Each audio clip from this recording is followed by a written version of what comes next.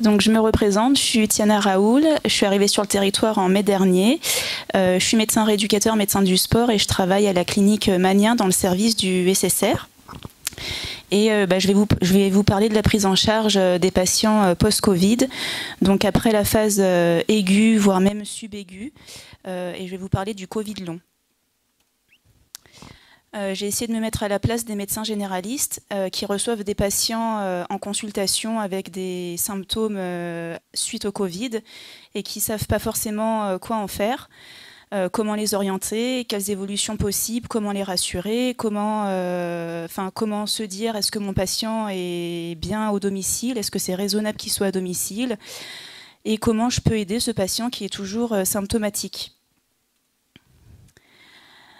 Il faut savoir qu'après 4 semaines, il y a une persistance des symptômes chez 10 à 30% des patients qui ont présenté le Covid. Et 70% des Covid sévères gardent des symptômes après 3 mois, donc c'est pas du tout négligeable. Selon l'HAS, la majorité des patients peut être suivie en soins primaires dans le cadre d'une prise en charge holistique. Et les objectifs du parcours du patient Covid long, c'est d'éviter l'errance médicale, d'éviter les complications et de favoriser un bon rétablissement du patient. L'HCSP privilégie une prise en charge plutôt globale que par organe, avec un programme de rééducation complet et une prise en charge psychologique. Donc, qu'est-ce que le Covid long ? La définition de l'HAS en février 2021 dit que c'est la persistance ou la résurgence d'au moins d'un des symptômes initiaux, plus de 4 semaines après l'épisode initial, que ça a été confirmé ou non par un test PCR ou une sérologie, et que ce ne soit pas expliqué par une autre pathologie. Donc c'est un diagnostic d'élimination, c'est en dernier qu'il faut y penser. Ça doit être distingué des complications post-hospitalisation et des syndromes post-soins intensifs, même s'il peut y avoir parfois un chevauchement entre ces entités. Selon l'HCSP de mai 2021, ils disent que c'est la persistance de symptômes au-delà de 12 semaines. Mais dans le groupe de travail dirigé par Corinne Strauss, on s'est basé sur 4 semaines. Donc on va retenir que le Covid long, c'est la persistance des symptômes sur 4 semaines. Donc voici la liste un peu fastidieuse de tous les symptômes prolongés les plus fréquents. Les patients, ce qui est un peu perturbant avec le Covid, c'est qu'on a des symptômes qui sont divers et variés, qui ne s'expliquent pas forcément. Donc quand ils demandent pourquoi, on ne sait pas forcément. La majorité des patients peuvent présenter une fatigue majeure, des troubles de la concentration et de la mémoire. Il y en a pas mal qui disent je ne sais plus où je vais, j'ai grillé un feu rouge. Vraiment, ils ont des symptômes légers, mais qui peuvent être quand même graves dans le quotidien. Douleurs et oppressions thoraciques, ça c'est un peu moins fréquent de ce que j'ai vu en tout cas. Des douleurs diverses, musculo-squelettiques, musculaires, tendineuses, articulaires. Des difficultés respiratoires, essoufflement et tout, ça c'est assez fréquent. Des maux de tête, c'est assez fréquent. Des paresthésies qui disparaissent sans explication. Des sensations de brûlure. Parfois, chez des patients qui ont des antécédents cardiaques, pulmonaires, les fonctions d'organes peuvent être altérées. Évidemment, les troubles de l'odorat, du goût, surtout pour le variant Delta. Des acouphènes, des vertiges, des douleurs à la déglutition. Fièvre et frissons, j'en ai pas beaucoup vu à distance. Troubles du sommeil, irritabilité, anxiété, humeur dépressive, douleurs abdominales, nausées, diarrhée, baisse ou perte de l'appétit, moins fréquent aussi, prurite, urticaire, pseudo-engelure, j'en ai pas vu moi. Mais en tout cas, ça fait quand même un ensemble de symptômes pour lesquels on ne sait pas forcément comment aider le patient. Tous ces symptômes ont été répertoriés dans ce questionnaire qui a été réalisé par Géraldine Melin et Élise Pichard, et qui est d'ailleurs le questionnaire à remplir pour la déclaration du Covid long en longue maladie hors liste pour la CAFAT. Donc c'est un questionnaire que vous pouvez remplir. Je ne sais pas si vous a été transmis par Corinne Strauss ou pas du tout. D'accord. Donc ça reprend tous les symptômes et il y a un petit examen clinique à faire à la fin. Donc si vous voulez déclarer le Covid en longue maladie hors liste, donc c'est une longue maladie qui dure 2 ans, qui peut être renouvelable, faut joindre à la demande ce questionnaire-là. Désolée, j'ai de la...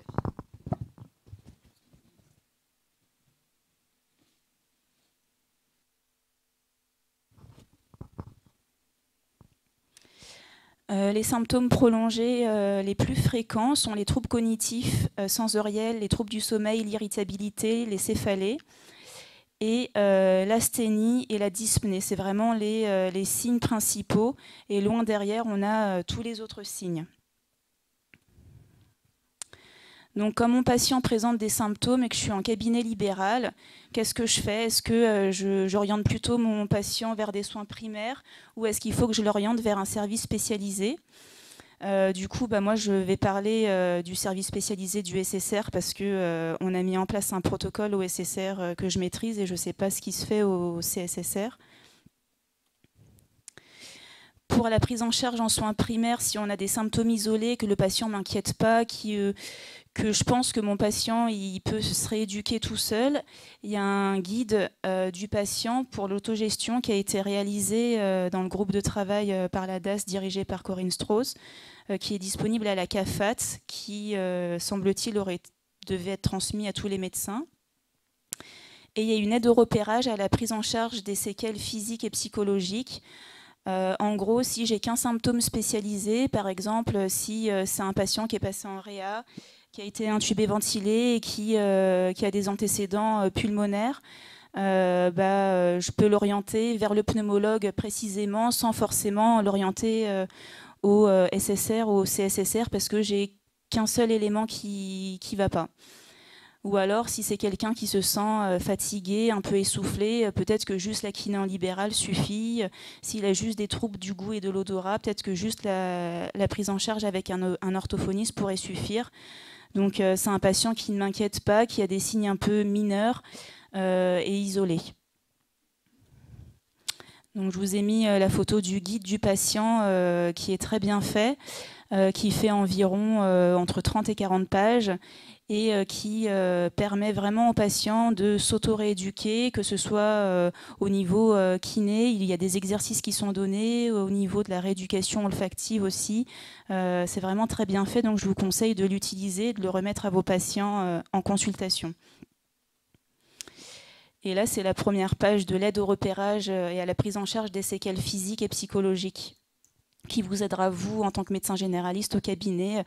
Il y a un tableau qui est fait. S'il a des symptômes cardiaques, s'il a des symptômes pneumo, qu'est-ce que je fais? Quand est-ce qu'il faut adresser un patient dans un service spécialisé? Ça va être plutôt un patient qui a plusieurs symptômes pour lesquels il nécessite du coup une prise en charge pluridisciplinaire. Ou alors un patient qui va présenter des limitations fonctionnelles lors des activités quotidiennes ou une difficulté, voire une impossibilité à reprendre une activité professionnelle. Ce que j'entends par limitation fonctionnelle lors des activités quotidiennes, ça va être des choses simples. Si mon patient est toujours gêné pour parler, pour discuter, pour faire sa toilette, pour s'habiller, pour faire ses courses, le ménage, du bricolage, si les déplacements à pied sont handicapants, s'il n'arrive plus à monter les escaliers ou s'il n'a pas repris son travail, c'est quand même un patient qu'il faut aider de manière plus sérieuse, avec une équipe de rééducation. Et dans ce cas-là, c'est plus légitime de l'envoyer au SSR ou au CSSR. Il faut savoir qu'il y a des spécificités de la maladie Covid. Il y a des risques de décompensation brutale. Donc on a reçu pas mal de patients qui étaient passés en réanimation, qui n'avaient pas forcément de gros antécédents. Bon, il y avait quand même le dénominateur commun du surpoids. Il y a une dissociation entre la sévérité de l'hypoxémie et la dyspnée ressentie, c'est-à-dire que le patient peut ne pas se sentir dyspnéique, essoufflé, mais pour autant, la saturation peut être basse, donc c'est traître et c'est ce qu'on essaye vraiment d'intégrer aux patients pour pas qu'ils se mettent en danger. Il y a un risque élevé de complications thromboemboliques et il y a une forte contagiosité du virus. Donc vraiment, nous, en rééducation, on a pour objectif d'avoir une saturation toujours supérieure ou égale à 94%, que ce soit au repos ou à l'effort. Donc un patient sevré au repos va peut-être nécessiter de l'oxygène encore à l'effort, parce que les muscles vont consommer de l'oxygène et il peut plus désaturer. Il faut vraiment qu'on garde en tête que le patient doit rentrer au domicile en sécurité. Il y a plein de patients qui en ont marre d'être en rééducation, ceux notamment qui étaient passés en réa et qui sont restés longtemps en réa, puis en médecine, puis chez nous et qui voulaient rentrer. Je me battais un peu avec eux pour leur dire, si vous désaturez à la maison, c'est retour à la case départ. Donc il faut vraiment qu'ils aient conscience qu'ils ne le sentent pas forcément qu'ils désaturent, mais qui peuvent être mis en danger quand ils rentrent à la maison. Donc vraiment, le saturomètre et vérifier la saturation, c'est très important. Parce que descendre à 90, 91, à la limite, ça va, mais quand on descend à 80%, c'est très dur de remonter. Du coup, on propose à la clinique, je vais en parler parce que c'est ce qu'on fait. Moi, je fais des consultations pré-admission pour les patients qui ont encore des symptômes Covid. Et là, c'est plus le cas, il n'y a plus besoin de faire demande à la CAFAT, mais je faisais, s'il y avait besoin, une demande à la CAFAT pour les prendre en hôpital de jour 6 à 8 semaines, 2 à 3 fois par semaine. Le but, c'est de sevrer l'oxygène au repos et à l'effort quand ils ont encore de l'oxygène, donc ça c'est plutôt en hospitalisation complète.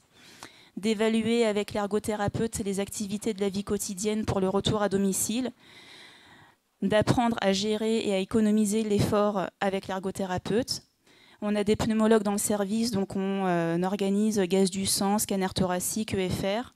Et moi, je fais des épreuves d'effort avec analyse des échanges gazeux, donc avec VO2 aux patients qui sont sevrés et au repos et à l'effort. On fait de la réadaptation respiratoire, du reconditionnement à l'effort. On propose, le cas échéant, quand il y a besoin, une prise en charge avec la diététicienne et la psychologue. Et on les aide à reprendre leur activité professionnelle. Pourquoi je fais une épreuve d'effort au début et en fin de séjour? Ça, c'est plutôt pour les patients qui sont en hôpital de jour, parce que déjà, ça me permet d'éliminer toute contre-indication à la pratique d'activité physique. J'ai eu quelques patients chez qui j'ai eu des anomalies au niveau de l'ECG d'effort, donc je les ai envoyés chez le cardio, ils m'ont dit d'arrêter, par exemple, de faire une coronarographie et qu'ils reviennent après si elle est normale. Ça permet de rechercher un facteur limitant, donc savoir s'ils sont déconditionnés juste parce qu'ils ont perdu musculairement et qu'ils sont fatigués musculairement, ou savoir s'il y a un autre facteur limitant, cardiovasculaire ou respiratoire. Et j'ai été très agréablement surprise des patients qui sont passés en réa 2 mois et demi, 3 mois après. Ils me font des épreuves d'effort maximales, sans désaturation, donc ça m'a vraiment étonnée. Et ça permet aussi d'adapter le programme de reconditionnement à l'effort aux capacités du patient, parce que je détermine des seuils ventilatoires.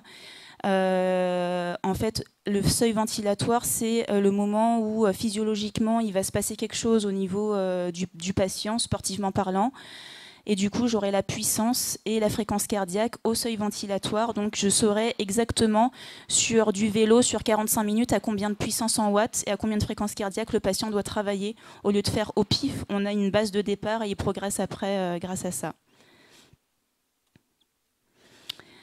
Donc, les études montrent que 6 semaines de réhabilitation respiratoire améliorent significativement la qualité de vie et l'anxiété. La rééducation très précoce améliore le niveau fonctionnel à moyen terme, diminue l'assistance ventilatoire et la durée d'hospitalisation. La réhabilitation respiratoire précoce augmente les chances de survie. La rééducation respiratoire améliore la dyspnée, les capacités physiques, la fatigue, la qualité de vie, la dépression. Donc je pense qu'il y a assez d'arguments pour que vos patients fassent de la réhabilitation respiratoire et du reconditionnement à l'effort. Là, c'est une autre étude qui montre des patients qui ont fait de la réhabilitation respiratoire et on voit une nette amélioration du TDM6 et de la capacité vitale forcée aux EFR. On voit aussi une nette amélioration de la force musculaire et de tous les scores psychologiques que je vais vous détailler par la suite. Donc il y a vraiment une place centrale de la rééducation chez les patients post-Covid. Je répète, une réhabilitation respiratoire, une rééducation olfactive, un reconditionnement à l'effort et une prise en charge globale avec diététicienne, orthophoniste, psychologue, ergothérapeute, neuropsychologue au cas par cas, et on a une assistante sociale si besoin. Les éléments clés du bilan initial, on surveille la saturation en oxygène au repos et à l'effort. On fait un test de levée de chaise sur 1 minute et un test de marche des 6 minutes où on surveille la saturation, la fréquence cardiaque, la dyspnée en début et fin de séjour. On surveille la tension parce qu'il peut y avoir des hypotensions orthostatiques. Et sur le plan respiratoire, il y a des scores. Le score MMRC qu'on fait faire aux patients aussi. On utilise l'échelle de Borg, qui est une échelle de la dyspnée entre 0 et 10, et le questionnaire de Nijmegen que je vais vous détailler par la suite. Donc ça, c'est le score MMRC. Un grade 0, il n'y a pas de gêne lié au souffle, sauf pour des exercices physiques très intenses. Donc c'est vous et moi, normalement. Et un grade 4, c'est un patient trop essoufflé pour quitter la maison ou un essoufflement en s'habillant ou se déshabillant. C'est des scores qui sont dans le guide du patient. L'échelle de Borg, je pense vous connaissez. Donc on demande toujours au patient d'évaluer son essoufflement entre 0 et 10. Et il faut toujours que le patient ait un Borg inférieur ou égal à 3 pour continuer l'exercice. On a un peu du mal avec cette échelle, mais on essaye de la faire quand même. Le questionnaire de Nijmegen, c'est un questionnaire pour rechercher une hyperventilation inappropriée. Un score supérieur à 23 sur 64 est positif. En gros, le patient, quand il a fait sa détresse respiratoire, il hyperventilait, il manquait de souffle, donc son cerveau a intégré cette hyperventilation. Et de manière anormale, il va garder cette hyperventilation alors que rien ne va l'expliquer. Enfin, il n'a pas du tout besoin d'hyperventiler à distance de l'épisode de détresse respiratoire. Donc, ce sont des signes indirects d'hypocapnie. Comment on rééduque ça?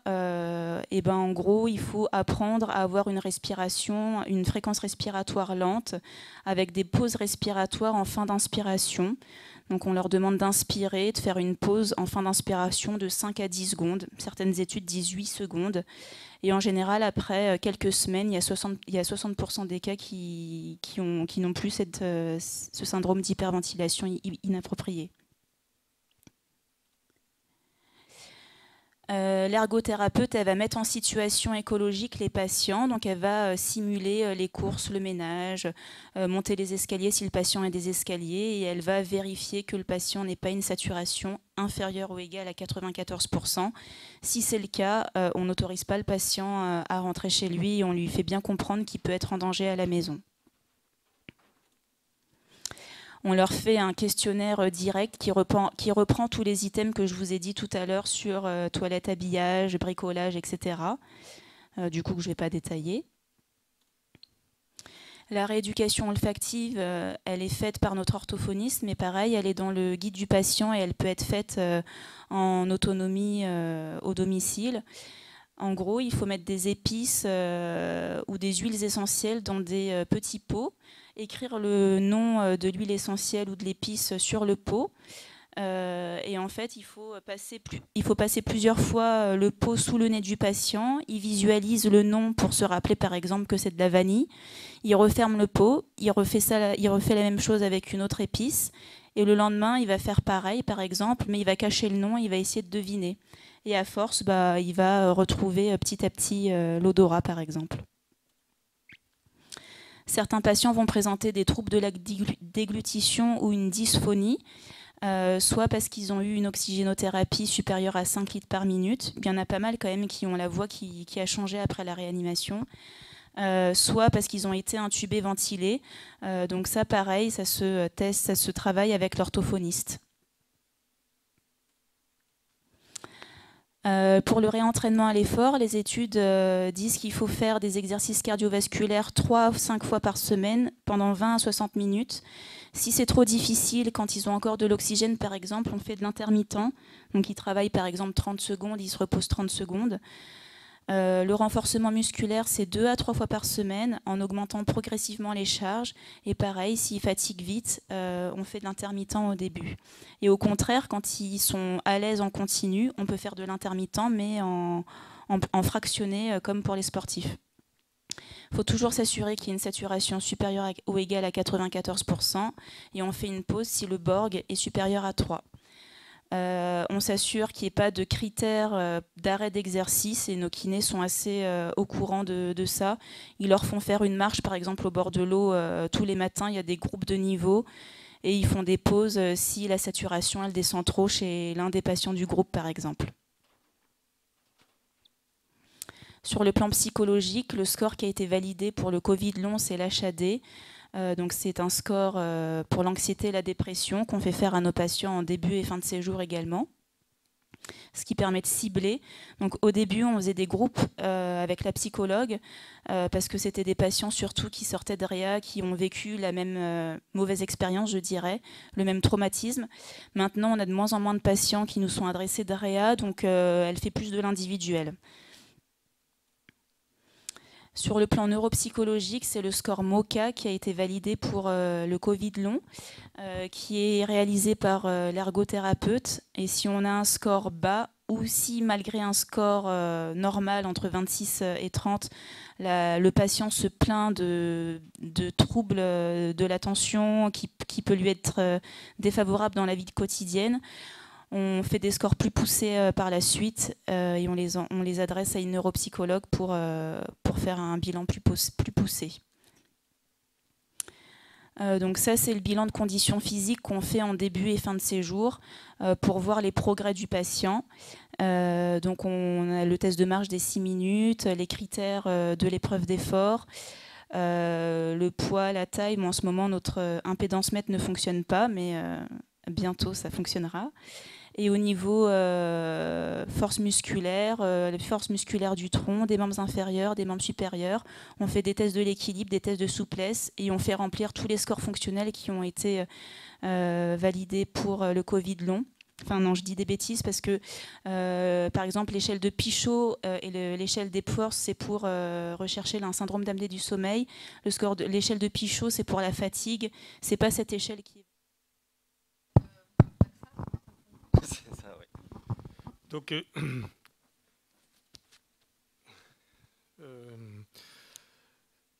parler des prescriptions de biochimie et d'hématologie après 2 années de pandémie Covid-19, mais bon, c'est pas quelque chose purement biologique que je fais là, parce que je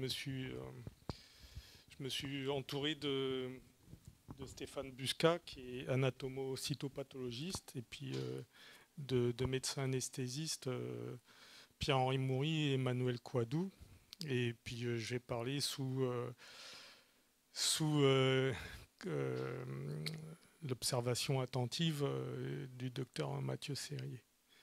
Et donc pourquoi je parle de ça? En fait, je me suis vraiment intéressé à ça parce que nous, notre société savante qui nous donne nos lignes directrices, elle nous avait dit on va essayer de rechercher des marqueurs biochimiques, des marqueurs hématologiques de gravité de Covid-19. Admettons, par exemple, un patient qui arrive aux urgences, eh bien, on aimerait bien savoir si c'est un patient qui va s'aggraver ou si c'est un patient qu'on peut faire rentrer chez lui, etc. On voulait chercher des marqueurs de gravité, des marqueurs de... Voilà, ce genre de marqueurs. Donc, on a interrogé les biologistes de France et puis moi, on m'a chargé de m'occuper des biologistes d'outre-mer. Et puis ils m'ont dit, t'as qu'à faire la francophonie aussi. Donc je dis, j'interroge quel pays? Il m'a dit, on te laisse carte blanche. Donc je me suis prêté au jeu. Et puis partout où il y avait une histoire avec la France, j'ai interrogé, j'ai fait Internet, tout ça, etc. Donc je suis allé, je suis content parce que je suis allé dans des grands hôpitaux comme l'hôpital... de la Nouvelle-Orléans parce que j'ai pris noms français là-bas, il y a des noms français, je me suis dit ils parlent français et puis même si eux ne s'occupaient pas en fait de Covid, ils m'ont orienté sur des urgentistes qui le faisaient ou des réanimateurs. Donc bah, ça s'est fait comme ça. J'ai même eu l'hôpital franco-espagnol de Cerdagne. Donc j'ai appris qu'il y avait un hôpital franco-espagnol dans les Pyrénées et qui reçoit les patients dans la vallée de Cerdagne, les patients français comme les patients espagnols. Donc là aussi, j'ai eu ces patients. Bon, bref. Donc j'ai eu 45 correspondants volontaires répartis dans 20 régions du monde et je leur posais des questions. On leur posait des questions. Qu'est-ce que vous prescrivez? Qu'est-ce que les services des urgences prescrivent? Qu'est-ce que les services de médecine prescrivent? Qu'est-ce que les réanimateurs prescrivent? Qu'est-ce qui est prescrit en post-Covid, etc. Et puis aussi, racontez-moi votre expérience de cette année de Covid-19. Vous avez, au niveau logistique, qu'est-ce qui vous a manqué, etc. Donc nous, qu'est-ce qu'il en ressort? Il y a eu un premier retour d'expérience à 1 an, fin 2019, ou plutôt mi-2020. Et il se trouve que les territoires ultramarins et les régions francophones, elles ont pu anticiper d'environ 1 mois l'arrivée de la crise sanitaire qui s'est produite dans l'hémisphère nord et en France métropolitaine. Et cette gestion, elle s'est faite avec des avantages. Ouais, d'accord, on a pu très facilement fermer les frontières et ça a été bien parce que on n'a pas eu de Covid pendant très longtemps en Nouvelle-Calédonie, il n'y a pas eu de mort, etc. Mais par contre, il y a eu des inconvénients qui étaient vraiment très gros, c'est-à-dire que nous, on a souffert de pénurie au niveau de réactifs dans les laboratoires. Eh bien, il y a eu des moments où on était limite de ne plus pouvoir faire une bêta-HCG, on n'avait plus de troponine pendant 3 jours, pendant 1 semaine. Ça a été très très dur à gérer et on a eu des ruptures. Et aussi, on fait chaque semaine, on sous-traite, on fait des envois vers la métropole pour toutes les analyses qu'on ne peut pas réaliser sur le territoire, que personne ne peut faire sur le territoire. On envoie en métropole et comme les vols étaient complètement perturbés ou étaient annulés au dernier moment, on a perdu beaucoup de prélèvements. Il fallait jongler avec ces envois vers la métropole. Et donc, il y a eu des retards, entre guillemets, des retards de prise en charge selon des standards européens, quoi. Il y a eu des retards de prise en charge. Donc, cette fermeture des frontières, ça a été très ennuyeux pour nous, très ennuyeux aussi pour les pièces, pour réparer les appareils, donc non seulement on a eu des problèmes pour acheminer les réactifs de laboratoire, mais pour la réparation des appareils, quand il y avait des pièces manquantes, eh bien on n'avait plus de pièces, donc on ne pouvait plus faire marcher l'appareil, où il fallait jongler, on se débrouillait entre nous, quoi. Ce qu'on a retenu aussi, c'était que chaque région, elle avait quand même ses spécificités. C'est-à-dire qu'en Afrique, au Sénégal, ils utilisaient l'hydroxychloroquine, comme nous en Nouvelle-Calédonie. Au tout début, les patients qui voulaient être sous hydroxychloroquine, ils pouvaient être sous hydroxychloroquine, ou les patients prenaient même eux-mêmes de l'hydroxychloroquine. Donc, voilà. Mais en Afrique, au Sénégal, ils prennent toujours de l'hydroxychloroquine. Ouais. Comment? Ouais, ça fait des siècles. Et ce qui n'est pas sans problème, parce que l'hydroxychloroquine qui était utilisée dans le traitement du paludisme vient s'entrechoquer, s'emmêler avec le traitement de la Covid où on utilise l'hydroxychloroquine. Voilà. Et puis les grandes régions comme l'Amérique du Nord et la Belgique ont exactement les mêmes problèmes que dans les centres hospitaliers, les gros centres hospitaliers métropolitains. Ce qu'on avait retenu aussi, c'était la conclusion de cette premier retour d'expérience, c'était qu'il faut prévenir bien en amont la survenue d'une telle crise, non seulement en prévoyant assez de masques, parce qu'on n'avait pas d'équipement de protection individuel, on a manqué beaucoup de ça, mais surtout en étudiant les sauts interespèces, c'est-à-dire en évitant les sauts animaux vers hommes. C'est-à-dire que la pression humaine est telle que eh bien maintenant on va avoir on risque d'avoir de nouvelles crises sanitaires. Là, par exemple, on a la nouvelle route de la soie, mais qui est plutôt l'autoroute de la soie, de la Chine qui traverse le Laos. Maintenant, à Luang Prabang, c'était une petite ville tranquille. Et maintenant, il y a une autoroute où il y a une voie de chemin de fer, une voie rapide, qui arrive directement à Luang Prabang, qui traverse le Laos, là, qui va arriver en Thaïlande. Enfin bon, bref. Et c'est-à-dire que ça favorise le trafic des animaux et ça favorise aussi la pression humaine qui va habiter, qui occupe les sites des animaux sauvages, et notamment au Laos, parce qu'on pense que la Covid elle vient probablement du Laos, enfin possiblement du Laos dans ces régions karstiques avec cette géologie, avec beaucoup de grottes où vivent des chauves-souris. Les dernières publications montrent que en fait, eh bien, c'est pas un virus qui s'est échappé de Wuhan, mais c'est plutôt une contamination d'une chauve-souris directement à l'humain, puisqu'ils ont vu, l'Institut Pasteur a reproduit un passage direct de la chauve-souris à l'humain. Et ça a été beaucoup étudié au Laos, l'Institut Pasteur du Laos. C'est le docteur Paul Bray, en collaboration avec le président honoraire du Comité national d'éthique, qui est le professeur Didier Sicard, qui est un professeur de médecine, qui dit que justement, il faut s'intéresser à ça. Il ne faut pas que la vision micro fasse disparaître l'importance du macro. Et c'est aussi, en fait, ça va être la phrase qu'il faudra retenir. C'est aussi en médecine, il ne faut pas que la vision micro fasse disparaître l'importance du macro. Et tout ce que je vais vous présenter, ça sera pour dire finalement que ce qui est important, c'est la clinique et c'est le patient, et c'est pas forcément, même dans la Covid, ce qui est important, c'est le patient, et ce ne sont pas les examens de laboratoire, c'est pas la biochimie, etc. Parce que tout ce que je vais vous présenter, eh bien, j'arrive pas à faire, voilà. Donc, je ne vais pas dévoiler ma conclusion, mais voilà. Donc, j'ai fait un retour d'expérience après 2 années de pandémie, et puis j'ai interrogé l'hôpital de la Nouvelle-Orléans, Mayotte, l'hôpital du Turoa, à Ariatea, et le CHU de Guadeloupe. Et j'ai interrogé aussi ici les réanimateurs et certains réanimateurs, pas tous, et les réanimateurs mobiles militaires qui étaient installés là.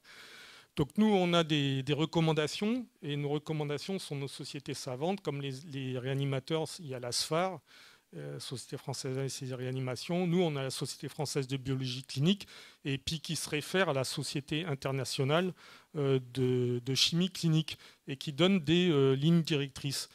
Donc, et ces lignes directrices, ils les ont faites en 2019. Et en fait, j'ai regardé, au 21 février 2022, ces lignes-là, directrices, elles sont toujours en cours, ce sont toujours les recommandations. Ils disent que pour un patient Covid-19, eh bien, pour monitorer sa progression, l'évolution clinique, il faut faire tous, bon, on comprend bien la numération formule sanguine, avec notamment ce qui est intéressant, c'est les lymphos, voir s'ils ne sont pas diminués. Les gaz du sang, bon, c'est important, oui. Et puis après, il y a l'albumine, LDH, les transaminases, bilirubine, créate, urée, troponine cardiaque, des dimères, la coag, TP, procalcitonine pour voir s'il n'y a pas une surinfection, CRP, ferritine pour évaluer l'inflammation. Et puis, comme il y a un orage cytokinique, ils ont dit doser l'interleukine 6. Et en fait... et puis ils disent que même, surtout, c'est important, cette interleukine 6 pour les enfants, pour voir s'il n'y a pas un risque d'acutisation de la maladie. Eh bien, il faut doser cette cytoxine-là. En fait, après 2 années de pandémie, personne ne dose l'interleukine 6.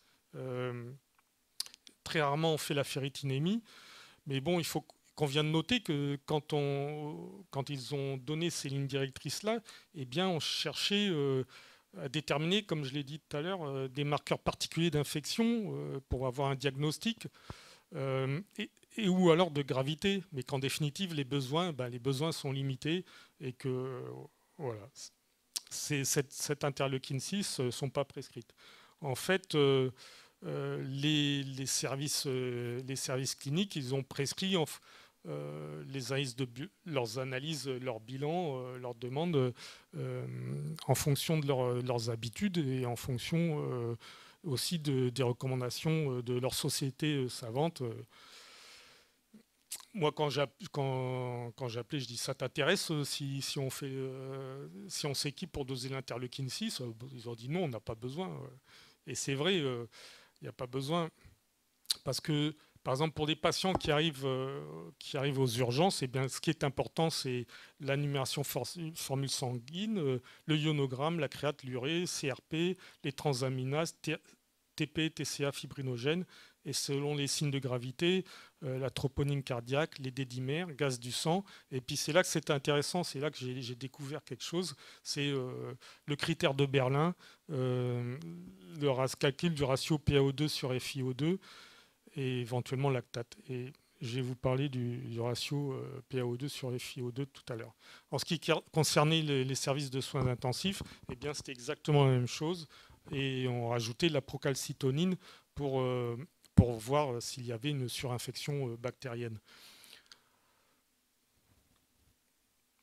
Les comorbidités lourdes qu'il y a dans nos pays, qu'il peut y avoir en Polynésie, en Nouvelle-Calédonie, eh bien, ça n'a pas entraîné la prescription d'analyses biologiques complémentaires, mais parce que ces patients, eh bien, quand ils se dégradaient, eh bien, ils étaient transférés dans les unités de soins intensifs pour syndrome de détresse respiratoire aiguë, et il y a eu une augmentation de prescription des gaz du sang.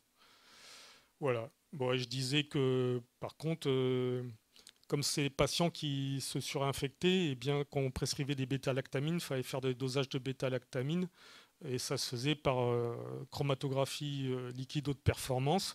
Nous, on a été seuls à le faire, et l'idéal, c'est de ça, mais l'appareil est en panne actuellement depuis plusieurs semaines. Voilà. C'est important parce que ces patients, eh bien, sont souvent des patients obèses, des patients âgés et qui ont une clairance de ces antibiotiques qui peut être particulière. Soit ils ont une clairance augmentée de ces antibiotiques, ou soit ils ont une clairance retardée. Donc c'est important de voir s'ils sont en sous-dosage. Et pour les bêta-lactamines, s'ils sont en surdosage, eh bien, il y a une toxicité neurologique. Donc doser les bêta-lactamines, c'est important quand on peut. Je vais vous montrer le point de vue du pathologiste. Et là, ce sont 2 biopsies post-mortem de patients Covid-19 qui sont décédés en réanimation au CHT. Eh bien, on a un aspect similaire sur les 2 prélèvements de pneumopathie interstitielle non spécifique cellulaire. Donc là, vous voyez... Pardon, je vais revenir. Comment je fais pour monter? Ouais. Ah, voilà. Non, elle veut pas. Bon. Comment? Ouais, mais là, je suis sur les flèches, mais elle veut pas.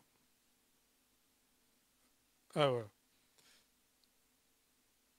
Donc, vous voyez les sacs alvéolaires, donc à droite au faible grossissement et à gauche au fort grossissement d'un poumon normal. C'est une biopsie. Vous voyez que les cloisons alvéolaires sont très très fines.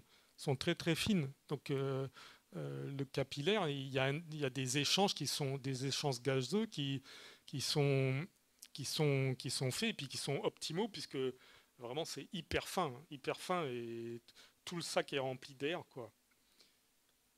Et là, on a une biopsie post-mortem d'un poumon avec une atteinte diffuse des cloisons interalvéolaires. Vous voyez qu'il y a un épaississement de ces cloisons parce qu'il y a une prolifération épithéliale et il y a aussi tout un réarrangement qui est lié au syndrome inflammatoire, aussi de nombreux microthromboses. Il y a de nombreuses microthromboses. Et vous voyez ce qui reste. Je veux dire, là, c'est à gauche, c'est le poumon Covid. Et à droite, c'est un poumon normal. Ce sont 2 biopsies. Vous voyez qu'il ne peut plus y avoir d'échanges gazeux. Il y a une diminution radicale des échanges.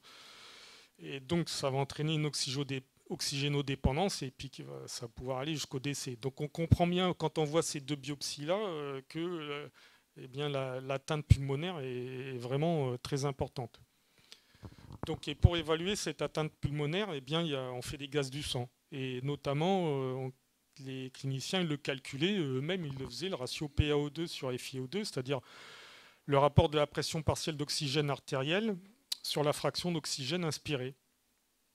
Voilà. Et au niveau de la mer, le rapport PaO2 sur FiO2 normal, il est d'à peu près 400 à 500 mm de mercure.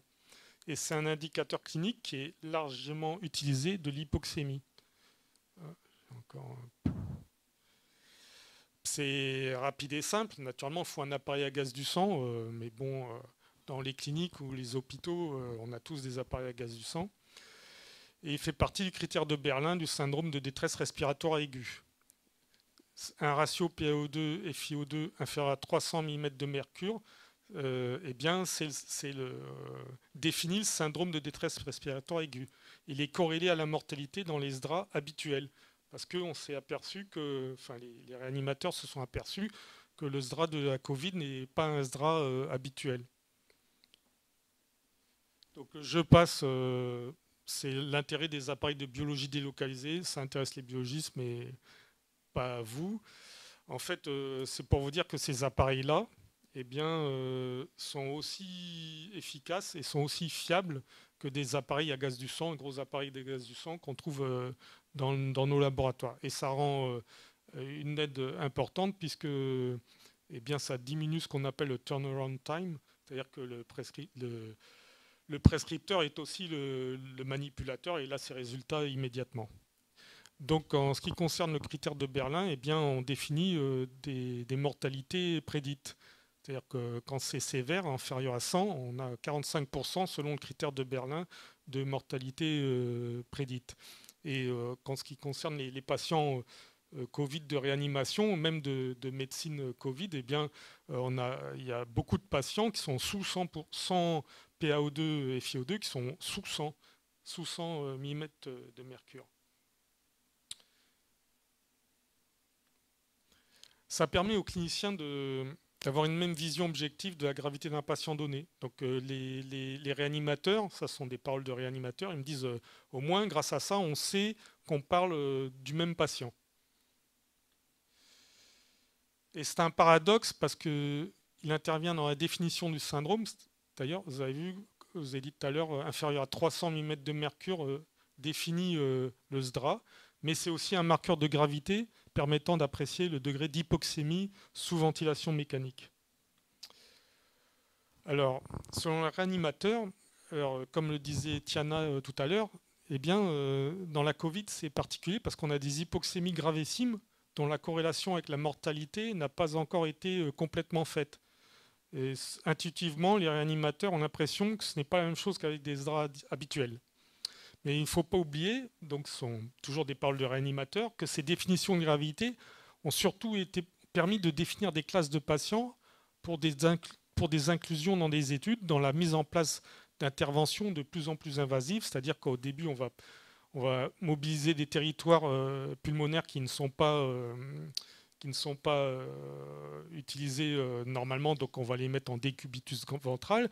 Après, quand ces patients, quand ça ne sera pas suffisant, on les intubera, donc on les curarisera, et puis ensuite, on utilisera l'ECMO, qui est l'oxygénation par membrane extracorporelle. Donc, toutes ces définitions de gravité, eh bien, c'était pour des actes différents. C'était pour avoir une gradation dans l'action. Voilà une photo d'un patient qui est sous ECMO. Donc, voilà. Maintenant, c'est pour prendre du recul, il ne faut pas oublier l'approche syndromique clinique et phénotypique, c'est-à-dire biologique et radiologique, est en plein développement, mais cette approche syndromique est bien clinique. Et en fait, on revient à l'essentiel, quoi. C'est-à-dire les vagues de Covid ont entraîné des triages et des catégorisations selon la gravité du patient. Mais après 2 ans de pandémie, eh bien, les médecins qui ont affaire à ces patients disent que il faut définir un projet de soins personnalisé. Mais ce qu'il y a, c'est que le stress, la surcharge de travail, la focalisation du praticien sur cette nouvelle maladie et puis sa pathologie pulmonaire qui était quand même très impressionnante, voire la maladie du soignant, parce qu'il y a des soignants qui ont attrapé la Covid, constituent des obstacles à la prise de recul nécessaire. Donc les patients doivent être médicalisés en tenant compte des problèmes spécifiques de spécialité. Il ne faut pas mettre le poumon au centre de tout. Nous, nous en biologie, on s'est focalisé sur les marqueurs de l'inflammation, sur la gazométrie, etc. Mais les cliniciens, c'était peut-être pareil, ils sont focalisés sur le poumon. Et il ne faut pas mettre le poumon au centre de tout selon les réanimateurs. Parce que parmi les patients Covid de réanimation en Nouvelle-Calédonie, des syndromes coronariens aigus ont été traités, des femmes ont accouché en réanimation, des insuffisances rénales de différentes étiologies ont été prises en charge, etc. Sans forcément mettre le poumon au centre de tout. Donc il faut considérer chaque patient de façon individuelle, sans se focaliser sur la Covid, éviter l'effet tunnel. Donc en conclusion, après 2 années de pandémie Covid-19, eh bien, au stade initial de la Covid-19, de la maladie Covid-19, eh bien, la symptomatologie commune avec des zoonoses qui sont présentes dans nos territoires, que ce soit en Afrique, que ce soit à Mayotte ou en Nouvelle-Calédonie, en Guadeloupe, dengue, Zika, paludisme, leptospirose, mélioïdose, etc. Ça va compliquer le diagnostic des patients au stade précoce de la maladie. Maintenant, on a de la PCR, on a de la biologie moléculaire, mais il y a des... mais bon, ça coûte cher aussi, la biologie moléculaire. Et puis, il y a une époque, au début de la pandémie Covid-19, on n'avait pas de biologie moléculaire. Il y avait des ruptures en réactifs, il y avait des ruptures en appareillage parce qu'il y avait une telle demande. Voilà. Donc, je sais qu'aux Comores, eh bien, eux, ils font une approche syndromique clinique et ils essayent de pouvoir séparer un palu, rien qu'avec la clinique, un palu d'un Covid, etc. Bon, c'est pas facile. Mais bon, au stade initial, c'est pas facile avec toutes les zoonoses qu'on a dans nos pays, c'est pas facile. Mais il y a la biologie moléculaire. À un stade plus avancé de la maladie, ben, la prise en charge, finalement, elle est plus simple. Il y a un afflux de patients en détresse respiratoire aiguë, enfin la prise en charge biologique. Hein. La biologie est plus simple. Parce qu'avec l'expérience, les réanimateurs ont protocolisé cette prise en charge qui devient plus efficiente concernant le soutien des poumons. Dès lors, les réanimateurs ils peuvent mieux gérer les comorbidités telles que l'obésité, le diabète, l'insuffisance rénale chronique, les maladies cardiovasculaires, etc. Donc les patients peuvent être médicalisés en tenant compte des problèmes spécifiques de spécialité. Voilà, je vous remercie de votre attention.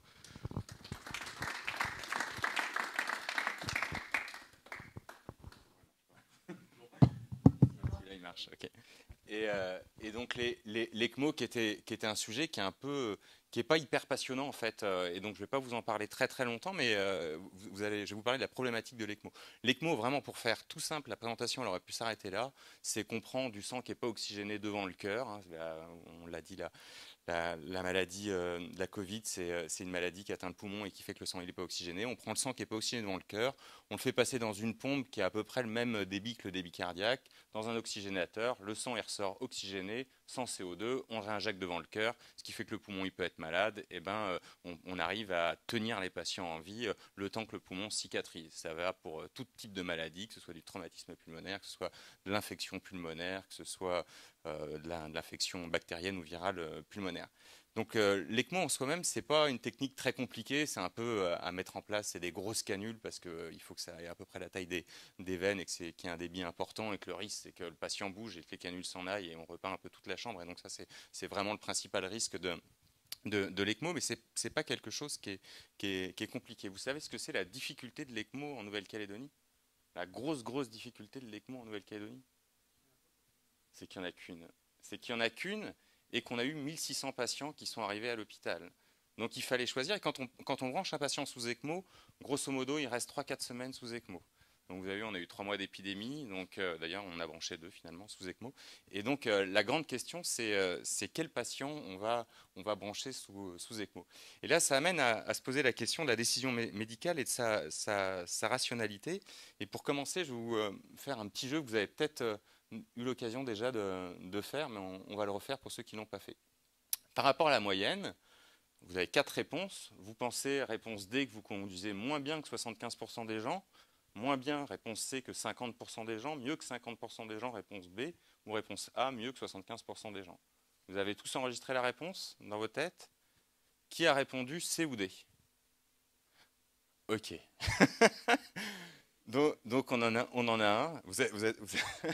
C'est particulièrement marrant ici parce que d'habitude, en fait, il y a une vingtaine de pourcents des gens qui pensent qu'ils conduisent moins bien que 50% des gens. Donc à l'inverse, ça veut dire qu'il y a 80-90% des gens qui pensent qu'ils conduisent mieux que la moyenne des autres. Oui, c'est impossible.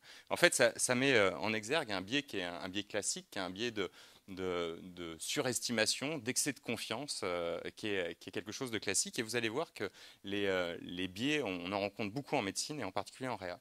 La réa, c'est une spécialité qui est jeune, même si la photo est un peu vieille. Elle a 70 ans, elle est née au moment de l'épidémie virale également, qui touchait le poumon également. C'était la poliomyélite, pardon, avec ces poumons d'acier qui sont les premiers ventilateurs un peu externes. Et puis on s'est vraiment amélioré, enfin je dis ils se sont vraiment améliorés pendant ces 50 années avec des respirateurs qui sont performants, des dialyseurs, on dialyse des gens en réanimation, des médicaments, des moyens de surveillance, on prévient les complications de la réanimation parce qu'on a appris à les prévenir, pas encore assez les escarres pour Anne-Carine, je te vois.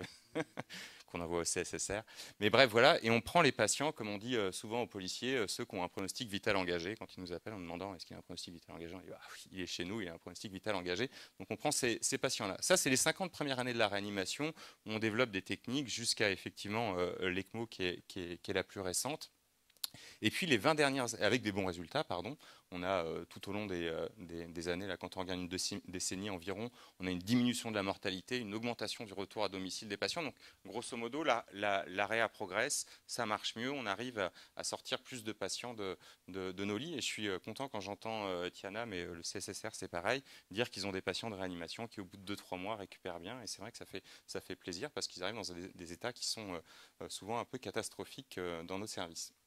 Donc, grosso modo, les choses vont bien. Puis, depuis 20 ans, la réflexion, elle se porte plus sur des problèmes éthiques. C'est-à-dire, à qui profite vraiment la réa? Est-ce que les patients qui vont en réa, ils ont vraiment envie de passer 3 semaines en réa ou 3 semaines branchés sous une machine d'ECMO avec des séquelles qui vont être souvent permanentes, en tout cas au moins longues à guérir? Et donc, c'est ces questions éthiques qui se posent vraiment en réanimation. Et quand le 6 septembre, c'est le lundi 6 septembre, je ne sais pas si vous vous souvenez de cette date, le Covid arrive sur le territoire, et ben toutes ces questions éthiques vont se poser. Moi, le lundi 6 septembre, je m'en souviens bien parce je sortais d'un week-end de garde et l'AREA était vraiment calme, contrairement à la Polynésie française. Vous vous en souvenez, c'était le moment où la Polynésie française, il y avait plein de cas de Covid, ils commençaient à vouloir évacuer les patients en métropole de Tahiti vers la métropole en avion, ce qu'ils ont d'ailleurs fait. Une dizaine de patients sont partis. Et donc, on va avec Thierry voir la direction en leur disant quand même, on a aidé Wallis, on pourrait aider Tahiti, ça n'a pas de sens qu'ils partent en métropole, ils pourraient venir chez nous. Voilà, on est en train de parler de ça. Puis quand il y a Jean-Rémy, qui est un des radiologues de l'hôpital, et qui nous appelle et qui nous dit, on vient de voir un scanner là, on a une dame, Irène, qui a un scanner vraiment, vraiment évocateur du Covid. On était Covid-free, enfin on croyait qu'on était Covid-free parce que probablement il y en avait beaucoup. On dit, ah mince, on appelle le labo là où travaille Yann, et là il y a Anne-Claire Gourima, que vous connaissez probablement, qui est notre virologue, qui nous dit, non mince, elle est positive. Et donc voilà. Donc là, on se dit, les choses ont changé. Irène, cette dame-là, c'était une dame qui vivait en squat et travaillait comme femme de ménage, donc avait aucune notion de voyage, etc. Et là, on se dit, mince, en fait, si elle est contaminée, probablement qu'il y en a partout. Et très rapidement, ça c'est le grave de la réanimation, on va trouver des malades partout. Et en réanimation, avec un petit décalage d'une semaine, on va augmenter nos capacités en lit jusqu'à 61 lits de réa destinés au Covid, avec un taux de saturation, vous voyez, qui est aux alentours de 95%. La maladie Covid en réanimation, ce n'est pas un défi. Je pense que ça l'est beaucoup plus pour vous, ça l'est beaucoup plus pour le CSSR et pour les gens qui sont autour de la réanimation. En réanimation, c'est vraiment, vraiment, vraiment pas intéressant. D'ailleurs, on confond tous les malades. C'est des patients qui ont des poumons comme ça, et c'est-à-dire une atteinte souvent qui est sévère, 50-75% d'atteinte pulmonaire. On les met sous oxygène. Alors ça, c'est un peu la nouveauté, c'est que c'est ce qu'on appelle l'Optiflow. Ça donne de l'oxygène à très très haut débit. Donc bon, et ça fait une dizaine d'années que ça existe. Ça a été très très utile dans la crise Covid. Et finalement, le retard a fait qu'on a pu s'équiper en matériel, alors qu'ils avaient un peu manqué quand même de ces matériels, de ces instruments-là en France au début de la crise Covid. Nous, on n'a pas eu on n'a pas manqué. Quand les patients ils vont vraiment mal, on les intube et on les met sous respirateur. Quand ils vont vraiment très très mal, on leur met l'ECMO. Comme traitement, il n'y a rien. On leur met des anti-inflammatoires, des corticoïdes ou des anticorps monoclonaux quand ils sont vraiment très inflammatoires, des médicaments anticoagulants à forte dose et c'est tout. Et donc, vraiment, pour nous, c'est pas une maladie intéressante. Vraiment, enfin pour nous, pour tous les réanimateurs ou les médecins en général à qui vous en parlez, c'est pas une maladie qui a vraiment un intérêt. La petite nouveauté, alors vous voyez le niveau de la nouveauté, c'est qu'on met les patients, on leur demande de dormir sur le ventre quand ils ont le petit flot. C'est quand même pas de la grande volée, quoi. On a découvert que bah ouais, ils étaient mieux oxygénés et puis qu'on avait moins à les intuber quand on faisait ça, donc super. On met les patients sur le ventre et c'est vrai que ça marche. Alors après, c'est toujours difficile d'être sur le ventre et d'avoir du mal à respirer, mais on y arrive et ça marche un peu mieux. Non, la vraie difficulté de la crise Covid pour l'hôpital et en particulier pour la réanimation, mais vous le savez très bien, c'est la crise organisationnelle à l'origine de vrais questionnements éthiques et sociétaux. Et les questionnements, on va s'intéresser ici qu'aux questionnements éthiques. Et principalement, notre souci, et qui était le vôtre aussi, c'était d'arriver à mettre les patients au bon endroit. C'est-à-dire que ceux qui avaient le meilleur pronostic, on leur donnait le maximum de soins. C'est des patients plutôt jeunes, sans trop de comorbidité, qui allaient en réanimation. Et les patients pour qui le pronostic était de toute façon catastrophique et allaient décéder, ben, qu'on ne les mette pas à l'hôpital, qu'on les laisse chez eux, qu'on organise des soins palliatifs. Et c'est grosso modo ce qui a été fait. Donc cette organisation, elle s'est faite quand même avec des contraintes. 3 types de contraintes. Des contraintes qui sont de ressources humaines, des contraintes financières et des contraintes de matériel. Parce que même si on avait suffisamment de ventilateurs, de respirateurs pour prendre en charge les patients, il y avait une grosse consommation d'oxygène, une grosse consommation de médicaments. Et là, c'est assez marrant. Je ne sais pas si vous avez vu glisser la sémantique à ce moment-là sur la crise Covid. On est passé vers une sémantique guerrière.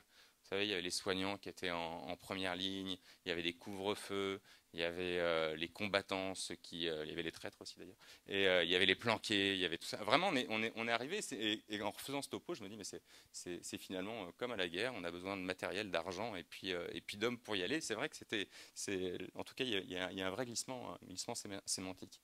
Et malgré tout ça, malgré tout la réserve sanitaire qui est venue, le matériel qu'on a eu, les moyens qui ont été mis financiers sur la crise, vous voyez qu'on est arrivé à un taux de saturation qui est 95. Mais en fait, ce taux de saturation, il est complètement artificiel. C'est-à-dire que c'est nous qui, à un moment, avons dit quel malade on choisit pour ne pas être au-dessus de 61. En fait, c'est ça qui s'est passé. Et là c'est très difficile parce qu'on arrive à l'enjeu principal de la crise, en tout cas pour nous en clinique, qui était d'avoir à décider dans l'incertitude. C'est-à-dire on ne savait pas quel patient exactement allait s'en sortir. Alors il y a des situations caractéristiques, c'est facile, je veux dire, un monsieur de 80 ans qui a plein de comorbidités, on ne va pas le prendre en réanimation, alors qu'un jeune de 20 ans qui n'a pas de comorbidité, on va le prendre en réanimation, ça ne pose pas de souci. Mais finalement, ce n'est pas comme ça, et vous le savez très bien au quotidien. On a des gens qui ont 60 ans, une ou deux comorbidités, qui sont autonomes, mais pas beaucoup, mais un peu quand même, et voilà, donc lui on ne le prend pas, mais on prend le voisin, etc. Enfin, c'était très compliqué. Et ça a été relaté dans beaucoup d'articles de presse. Qui faut-il sauver quand on ne peut pas soigner tout le monde, qui était un article du Monde durant cette crise. D'autant plus que ces choses-là, elles étaient connues. Et tout à l'heure, tu parlais de la Nouvelle-Orléans, Yann. Et vous vous souvenez, en 2005, Katharina en Nouvelle-Orléans, c'est donc qui entraîne une inondation, c'est un ouragan qui entraîne une inondation, avec un hôpital qui est coupé du reste du monde et qui n'a plus d'électricité. Et donc on doit évacuer les patients et on doit choisir qui on évacue parce qu'on ne peut pas évacuer tout le monde, ça se fait par hélicoptère. Et puis il y en a qui ne peuvent pas être évacués, les patients les plus obèses ne peuvent pas partir. Et il y a un médecin, Anna Sou, je crois, s'appelle, qui va finalement pratiquer des injections létales à 17 patients. C'est ce qu'on voit à la fin du jugement, en tout cas, de cette affaire-là. Et finalement, la question qui s'est posée à nous, s'était déjà posée là, c'est quel choix on fait quand on est dans une situation dans laquelle on a peu de moyens, dans laquelle on est fatigué et dans laquelle on n'a pas le temps. On n'a pas de temps. D'autant plus que les décisions en médecine, on en prend énormément. Là, c'est une petite étude en réanimation qui montre qu'on prend en moyenne une centaine de décisions par jour. Il n'y en a pas beaucoup qui ont un impact majeur. On dit que c'est 10-15% qui ont un impact majeur. C'est assez marrant de voir qu'on prend plus de décisions le matin, qu'on en prend moins le soir, que les médecins femmes prennent plus de décisions que les médecins hommes. Enfin, il y a toute une analyse qui est assez intéressante sur comment sont prises les décisions. Et du coup, comment sont prises les décisions en médecine? Classiquement, c'est ça qu'on opposait en période qui est une période pas de crise, qu'on conçoit le but à atteindre. Voilà, on veut que ce patient soit extubé, par exemple, ou voilà. Et là, il y a plusieurs approches qui viennent en nous, et vous allez vite, ça va vite faire appel à ce qu'on fait habituellement. Il y a l'approche logique qui est basée sur les recommandations, l'évidence-based medicine, et puis qui s'oppose à une approche heuristique, qui est une expérience individuelle, qui est un peu l'expérience. Moi, je sais que ce patient-là, quand même, ça va pas bien aller si on continue. Voilà, ou celui-là, il faut qu'il aille à l'hôpital, ou celui-là, il faut qu'il aille là. Et ça, c'est qui est en fait quelque chose qui se fait de façon très rapide. Puis là-dessus viennent se greffer des facteurs psychologiques. Quelqu'un qui ressemble à notre grand-mère, à notre grand-père, à nos enfants, etc. On aura une certaine part d'émotion qui va un petit peu influencer la décision. Des facteurs organisationnels, des facteurs culturels et religieux, puis la décision arrive et on fait l'acte. Ça, c'est une approche qui est classique, mais qui est un peu maintenant remise en question. Alors, remise en question, en tout cas en réanimation, par trois choses. Et ces trois choses nous compliquent vraiment nous compliquent vraiment l'assurance de donner le bon traitement au bon patient. La première chose, c'est les biais cognitifs. Les biais cognitifs, il y en a plein. Je vous ai montré tout à l'heure le biais cognitif d'excès de confiance. Mais il y en a qui sont... c'est un monde, les biais cognitifs, et je vous invite à lire là-dessus. C'est vraiment passionnant. Il y en a un qu'on connaît bien, qui est la pensée magique. Est-ce que vous voyez ce biais cognitif? Il est bien illustré ici par le professeur Raoult avec la chloroquine. Et effectivement, des fois, on pense que ça va marcher. On est sûr que ça va marcher. On est sûr que ce traitement va marcher. Mais finalement, on est un petit peu dans cette espèce de pensée magique. Je pourrais vous en parler plein des temps, parce que c'est vraiment marrant, les biais cognitifs. On surestime les risques à faible probabilité. C'est typique ici. Quand vous rentrez en métropole, on a tous peur de 24 heures d'avion, de l'atterrissage, du décollage, de ça. Alors qu'en fait, la plus grande partie dangereuse du trajet, c'est d'aller à Tontouta jusqu'ici. Le risque, c'est la voiture, c'est absolument pas l'avion, d'un point de vue statistique. Mais personne ne vous dit que c'est dangereux d'aller à Tontouta. Les gens vous disent, on va faire 24 heures d'avion.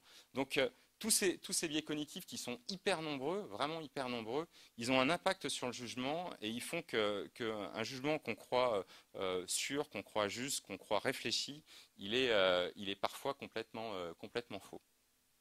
Les facteurs externes, et là on sort un peu du domaine médical pour aller dans le domaine judiciaire. Ça, c'est des juges, c'est en Israël, ils jugent des petits délits. Et vous voyez, c'est la proportion des décisions favorables. Décisions très favorables ici, décisions très favorables ici, décisions très favorables ici. Et puis là, les décisions deviennent de moins en moins favorables. Et vous savez ce qui se passe là sur les petits trucs? Alors là, c'est le matin, ouais. Exactement. Ils font une pause et ils mangent. Et quand les juges ils font une pause et ils mangent, eh ben, ils sont plus cléments. Et ça a été démontré plein de fois sur plein d'autres choses. Si c'est le jour de l'anniversaire du juge, vous avez plus de chances d'avoir un jugement favorable. Si c'est votre anniversaire, vous avez aussi plus de chances d'avoir un jugement favorable. Les réfugiés qui demandent l'asile politique, s'il pleut dehors, les juges ils sont plus cléments. S'il fait beau dehors, ils les renvoient chez eux. C'est fou, hein, ça a été montré. Les facteurs externes, c'est quelque chose qui est majeur dans nos décisions. Ça a également été montré en médecine. Quelque chose qui est un peu moins connu, ce qui sont les prophéties autoréalisatrices. Est-ce que vous connaissez les prophéties autoréalisatrices? Non? Ça parle à personne. C'est un économiste, c'est Merton. C'est aux États-Unis, dans les années 48. On annonce une pénurie d'essence. Qu'est-ce qu'ils font les gens? ils vont tous aux stations-service, ils vont tous remplir. Qu'est-ce que ça crée? Une pénurie d'essence. On a connu ça en Nouvelle-Calédonie avec le papier toilette et l'incendie de la fabrique de papier toilette. Il n'y avait plus de papier toilette dans les supermarchés. Alors, parce que les gens sont jetés dessus. En fait, les prophéties autoréalisatrices, c'est de déterminer qu'une situation va se produire, créer des comportements qui vont faire que cette situation va se produire alors qu'elle ne serait pas produite si on n'avait pas pensé qu'elle se produisait. En gros, vous voyez ça. Vous voyez comme ça. Des croyances qui influencent les attentes, qui influencent les comportements, qui influencent les résultats et qui renforcent les croyances. En gros, quand on va voir quelqu'un dans un service et qu'on dit je pense qu'il va mourir, il va pas bien, je pense qu'il va mourir ce patient-là, on arrive trop tard, on va rien faire, eh ben on s'en va, il va mourir. Alors que si on se dit ben non, en fait, on va le prendre comme les autres, on va l'amener en réanimation, on va essayer de lui faire le même soin que tout le monde, peut-être qu'il va mourir, mais peut-être pas. En tout cas, les études montrent qu'il va certainement moins mourir que celui à qui on a dit il va mourir. Et puis, le fait qu'il meure, ça renforce mon jugement. Je me dis, bah, j'avais dit qu'il allait mourir, de toute façon. Bah oui, mais non, tu l'as pas pris en réanimation, c'est sûr qu'il est mort. Et je sais pas à quelle heure il est. Si j'ai le temps de vous faire l'effet Pygmalion, qui est l'inverse. Non, je peux vous faire ça. Hop.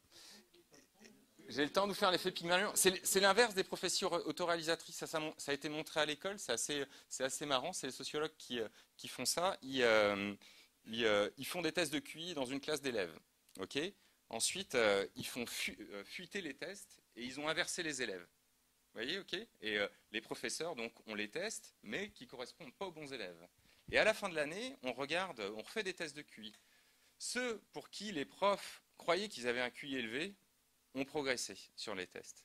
C'est-à-dire que le fait de croire en quelqu'un, puis c'est le truc avec les gamins, quoi. C'est mon gosse, tu vas réussir, etc. Puis le gamin qui réussit parce qu'on lui dit qu'il va réussir parce qu'on croit en lui. Donc c'est l'inverse des prophéties autoréalisatrices. Ça existe moins en médecine, l'effet Pygmalion. Donc toute cette décision, pour en revenir un peu à l'ECMO, toute cette décision de est-ce que je pose la machine au bon patient, elle est hyper compliquée et elle est influencée par plein de choses. Ces facteurs externes, ces prophéties, ces biais cognitifs. C'est hyper compliqué de décider. Donc comment on fait? Comment on a fait? À plusieurs, ouais. La collégialité, c'est pas mal. Après, il y a plein de pièges de la collégialité aussi, mais c'est vrai que la collégialité, c'est une bonne chose. Alors, entre un 62 ans qui est sportif, un peu obèse, et un 64 ans qui est un peu moins sportif, diabétique, mais pas obèse, je mets lequel sous ECMO? Compliqué, hein? Ouais. Et donc, comment on fait pour décider? Comme tout le temps dans la vie, quoi, quand on a un problème, on regarde son smartphone et puis ça résout normalement le problème. Et puis c'est vrai il y a une petite croyance quand même dans les nouvelles technologies en médecine. Et Yann, ça me faisait penser à ce que tu racontais tout à l'heure sur les marqueurs. Il y a toute l'intelligence artificielle qui se développe avec le deep learning là en médecine et en réanimation également, en se disant finalement si on prend plein de données, plein de données, plein de patients, l'ordinateur qui ne veut pas être influencé par les prophéties, par les biais cognitifs, machin, il va être capable, quand on rentre un nouveau patient, de nous dire bah, celui-là, il va mourir, celui-là, il va s'en sortir. Et puis ils l'ont un peu fait avec le Covid. Alors là, c'est ils prennent du plasma, puis ils font plein de marqueurs et regardent comment ils évoluent. À la fin, sur ces 14 marqueurs, ils sont capables de dire bah, ce patient-là, quand même, il a peu de chance et celui-là, il a beaucoup de chance. Ça ne résout pas complètement le problème, parce que moi, si on me dit qu'un jeune de 25 ans en bonne santé, ses risques de mourir de la maladie, elles sont à 70%, alors que le monsieur de 70 ans, ses risques de mourir, elles sont 30%, ça ne résout pas mon problème de savoir à qui je donne l'ECMO, parce que j'aurais quand même tendance, est-ce qu'il faut d'ailleurs, est-ce qu'il faut plutôt sauver les jeunes ou plutôt les personnes âgées? Ça, c'est une vraie question parce et que sont posées notamment, et pour lequel il n'y a pas de réponse, les voitures autonomes. On rêverait tous de monter dans une voiture et puis de dire je vais à Poé. Et puis il ne se passe rien, la voiture elle va à Poé, puis nous on discute tranquillement. Et voilà, donc il y a une intelligence artificielle qui réponde à notre question. En fait, c'est pas vraiment possible. Ça fait appel à quelque chose qui est plus ancien, qui est ce qu'on appelle le dilemme du trolley. C'est-à-dire, est-ce que quand on a en face de nous trois jeunes, la voiture doit tourner vers le mur et aller s'encastrer vers le mur au risque de nous tuer, ou est-ce qu'elle doit continuer vers les trois jeunes et nous sauver? Quand on pose cette question, il y a eu une grande étude qui est en 2016 ou 2015, je ne sais plus, qui s'appelait Moral Machine, qui a posé la question à plein de nationalités différentes, à plein de monde, en posant ces problèmes éthiques. Est-ce qu'il vaut mieux aller vers le mur, tuer 3 jeunes dans une voiture ou tuer 3 personnes âgées? Et en fait, les réponses sont complètement différentes selon les pays. Et probablement qu'on a tous des sensibilités différentes pour répondre à la question à la fin, qui je mets sous ECMO. Et en tout cas, c'est marrant. Nous, on aurait tendance un peu, dans notre société en tout cas, à finalement privilégier les jeunes, à dire bon, on est dans une voiture, il y a 3 personnes âgées en face, c'est soit ça, soit on tue les jeunes de la voiture, bon, ben, on va tuer les personnes âgées, puis on va préserver les jeunes. Au Japon, en Chine, c'est l'inverse. Ils vont plutôt dire non, on tue les jeunes. Les vieux, c'est plus important que les personnes âgées, pardon. Et c'est plus important que les jeunes. Donc finalement, ces voitures autonomes, elles n'existent pas parce que ces problèmes éthiques, ils sont absolument pas résolus et on n'a pas d'algorithme qui permettent de résoudre. Je vous invite à lire ce bouquin qui est de David Gruson, qui est un directeur d'hôpital, qui est le premier bouquin sur un polar sanitaire sur l'intelligence artificielle. C'est une crise sanitaire qui est gérée par l'intelligence artificielle. Ça fait vraiment peur. Habituellement, en dehors de la crise, pour répondre à cette question de qui on met en réanimation, à qui on donne le plus de moyens, on prend du temps. C'est-à-dire qu'on ne choisit pas dans l'urgence. On dit, ben, si ce monsieur il a besoin des soins maximaux, mais je ne suis pas sûr qu'il va en bénéficier, ben, je vais lui donner les soins maximaux pendant 24, 48 heures. On va attendre d'être plusieurs pour en discuter, d'être moins fatigué, d'avoir mangé, d'avoir moins de stress organisationnel. Et au bout de 48 heures, on aura d'abord une petite notion de l'évolution, puis on aura un peu gommé tous ces facteurs externes qui vont influencer notre décision. Et donc là, on va se poser, on va vraiment prendre une décision à plusieurs. Ça ne résout pas le problème du 6 septembre au CHT, et de l'appareil d'ECMO, parce qu'on n'avait pas vraiment le temps. On a probablement, moi je pense qu'en regardant la crise un peu avec du recul, et en voyant les patients qui sont arrivés en réanimation, ceux qu'on a branchés sous ECMO à la fin, je vous dis 2, c'est pas beaucoup, et je me dis que dans la grande majorité des cas, on s'est probablement pas trompé. On s'est probablement trompé quand même sur quelques cas. Ça a été des fois des sources de tension un peu entre les praticiens de réanimation et les praticiens de l'hôpital qui voulaient que leurs patients aillent en réanimation, voulaient que leurs patients bénéficient de thérapeutiques plus lourdes, et nous on freinait pour les faire entrer. Probablement que des fois on a eu raison de ne pas les prendre et probablement que des fois on a eu tort. C'est vraiment compliqué. Il n'y a pas vraiment de réponse. C'est le propre des questions éthiques. Je vous remercie.